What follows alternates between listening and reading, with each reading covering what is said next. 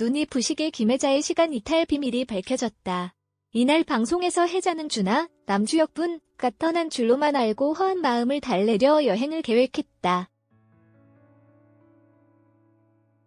버릇처럼 준하네 집을 찾은 혜자는 불 켜진 집에 어지럽게 난 구두 자국을 보고 불안한 마음이 엄습했다. 그 시간 준하는 홍보관 지하실에 갇혀 있었다. 준하를 찾으러 홍보관에 온 혜자는 늘 차고 있던 팔찌를 발견하고 그가 갇혀있음을 직감했다. 보험에 가입한 노인들만 부르는 야유 외도 의심스러웠다.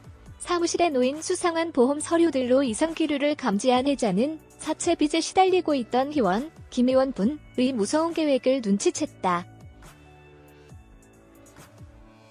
혜자는 벤저스를 소환해 노인들과 준하를 직접 구하기로 한다. 노인들의 생차 리듬에 맞춘 아침 10시 홍보관 침투를 계획한 혜자와 노벤저스는 손발 척척 작전을 수행했다. 우연분, 이 강당에 들어가 야유회가 위험함을 알리고 사람들과 탈출하는 사이 혜자와 노벤저스는 지하실로 향했다. 유통기한 얼마 안 남은 우리가 그 사람들 다 구할 수 있을까라는 걱정과 달리 이들의 능력치는 초능력급이었다.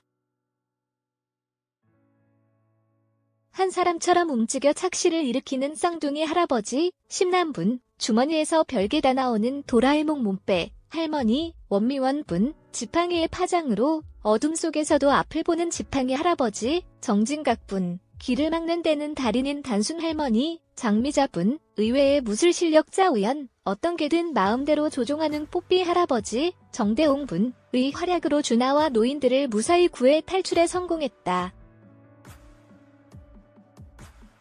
혜자와 준하, 노벤저스는 석양이 지는 바다로 갔다. 눈부셨던 그들의 청춘이 함께하고 있었다. 그리고 시계 할아버지, 전무송분가 그토록 간절했던 시계를 혜자에게 건넸다. 시계 뒷면에 적힌 이니셜을 본 순간 혜자의 시간이 다시 뒤엉키기 시작했다. 혼란스러운 혜자의 눈앞에 상복을 입은 25의 혜자, 한지민분가 서 있었다.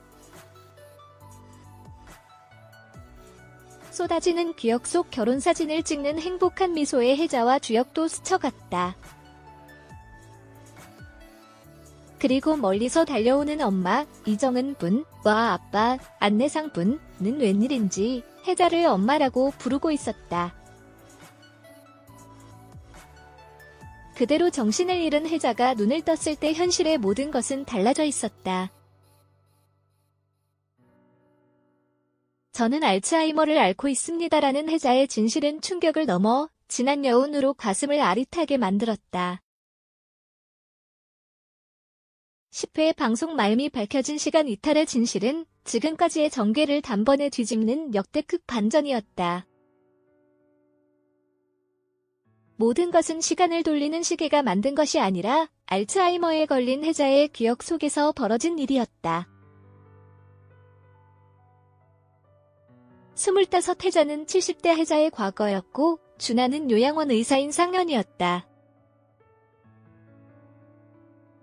엄마와 아빠도 아들과 며느리였던 것, 긴 꿈을 꾼 것 같습니다. 그런데 모르겠습니다. 젊은 내가 늙은 꿈을 꾸는 건지 늙은 내가 젊은 꿈을 꾼 건지라는 김혜자의 눈빛은 시청자들을 깊게 끌어당겼다. 유쾌한 스펙터클을 선사한 노벤저스의 활약은 웃음 속에 의미를 남겼다.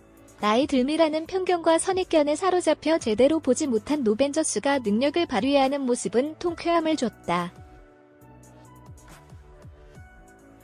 몸은 그렇지만 마음은 아니잖아요. 늙어보니까 알겠더라고요.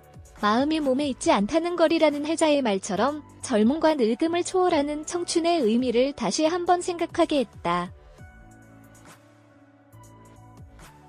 종영까지 2회만을 남겨두고 충격적인 시간 이탈의 비밀이 밝혀지면서 결말에도 뜨거운 관심이 쏟아지고 있다. 여전히 풀려야 할 비밀도 남아있다. 과거의 기억 속 부부였음을 암시하는 혜자와 준하, 상복을 입고 눈물을 흘리는 혜자 그리고 시계 할아버지의 정체까지 곳곳에 숨겨진 기억의 조각이 어떻게 맞춰질지 귀추가 주목된다. 과연 혜자의 눈부신 순간 그 진짜 이야기가 들려줄 피날레의 궁금증이 증폭된다. 김혜자, 치매 노인, 현재 아들, 며느리, 손자와 동거 중. 혜자의 아버지는 택시기사, 엄마는 미용사였고 부유하진 않았지만 다복한 가정에서 행복하게 자라났음. 대학 때 꿈은 아나운서였지만 꿈을 이루지 못했고 기자를 꿈꾸던 준하를 만나 사랑에 빠져 결혼. 아들 하나 낳고 행복하게 살던 중. 기자였던 남편이 끌려가 고문으로 사망. 남편을 구하지 못했다는 죄책감을 품고 혼자서 힘겹게 아들을 키워냈으나 어린 아들은 교통사고로 한쪽 다리를 절단하게 되고 남편의 죽음과 아들의 사고는 혜자의 무의식 깊은 곳에 남아 치매에 걸린 와중에도 혜자는 끝없이 이 두 사람을 구하고 싶어한다. 시간을 돌릴 수만 있다면. 아빠, 아들을 구할 수 있을 텐데. 준하, 남편을 구할 수 있을 텐데. 시간을 돌리는 것에 대한 집착. 과거에 대한 회한은 시간을 돌리는 시계를 상상으로 만들어냈고 결국 치매 할머니 혜자는 상상 속에서 준하를 만나 사랑을 시작했던 25으로 돌아가게 된다. 혜자의 시간은 25으로 돌아갔지만 얼굴은 노인에 머물러 있고 혜자는 이 모든 것이 그 기묘한 시계의 오작동 때문이라고 착각한다. 혜자의 세계에서 아들은 아빠, 며느리는 엄마, 손자는 오빠의 모습으로 재편성되고 요양원에서 자신을 담당하는 젊은 의사는 결혼하기 전에 남편이 되었다. 매일 망상 속에 사는 혜자. 무료에서 일을 하고 싶은 혜자는 상상 속에서 자신의 좋은 목소리를 이용해 계란도 팔고 슈퍼 알바를 해서 소소한 돈벌이를 하기도 하고 친구들과 수다를 떨며 재밌게 지내지만 봄날은 간다 노래를 부르는 25살의 동갑내기 친구는 혜자의 상상 속에서만 25 아가씨일 뿐. 그녀 역시 노인이거나 이미 세상을 떠난 사람이다. 기자가 되었다가 억울하게 죽은 남편은 혜자의 상상 속에서 기자가 되지 않았다. 그는 신문사 대신 효도원 직원으로 취직해 혜자와 매일 마주치고 있다. 그러나 혜자가 만나는 준하는 준하를 꼭 닮은 요양원의 젊은 의사일 뿐. 젊은 친구들도 준하도 실제 세상에는 존재하지 않는 사람들이다. 혜자는 자신을 슬픈 눈으로 바라보는 아빠를 보며 아빠가 자신의 늙은 얼굴에 적응하지 못해서 그런 거라고 생각하지만 아들은 자신을 아빠로 착각하는 엄마를 보는 것이 괴롭다. 괴로운 건 며느리도 마찬가지. 혜자의 망상은 갈수록 심해지고 치매 노인을 봉양하다 지친 며느리는 이혼까지 생각하지만 나는 엄마 편이라는 혜자의 말에 며느리는 우동을 먹다 눈물을 흘린다. 25 혜자는 자신이 늙으면서 갑자기 요리 솜씨가 늘었다고 생각하지만 혜자의 솜씨는 25 초보의 솜씨가 아닌 평생 살림을 하고 요리를 해온 노인의 솜씨인 것. 능숙하게 밥상을 차리고 요리를 하고 아빠, 아들의 도시락을 싸는 혜자. 그러나 아들은 어릴 때 엄마가 매일 지겹도록 먹였던 멸치가 지금도 싫고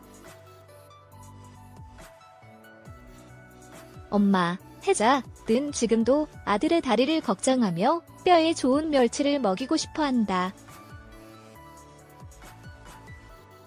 경비원인 아들이 모욕을 당하자 혜자는 엄마의 심정으로 아들을 위해 나서서 싸우고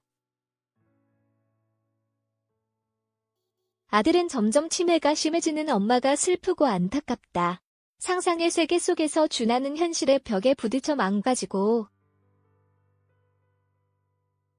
혜자는 끝없이 준하를 구하려고 한다.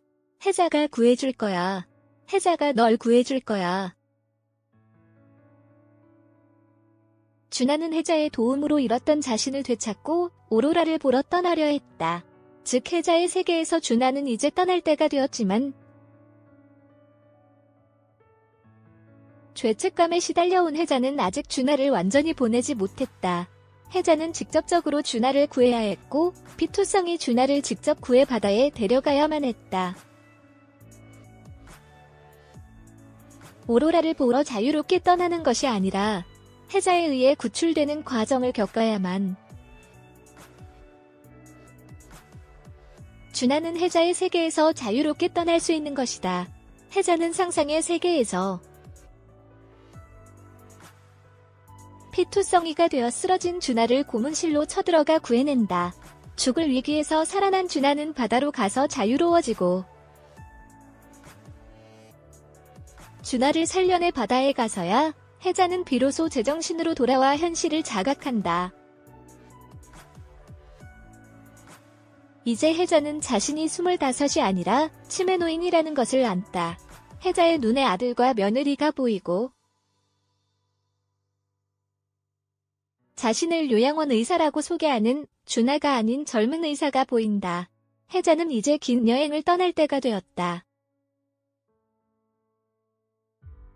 사실 혜자는 친구들과 여행, 죽음을 계획했었다. 그러나 여행은 준하를 구하기 위해 미루어진다. 친구일 혜자는 잘 가고 있으려나. 친구일 혜자 어디 가는데.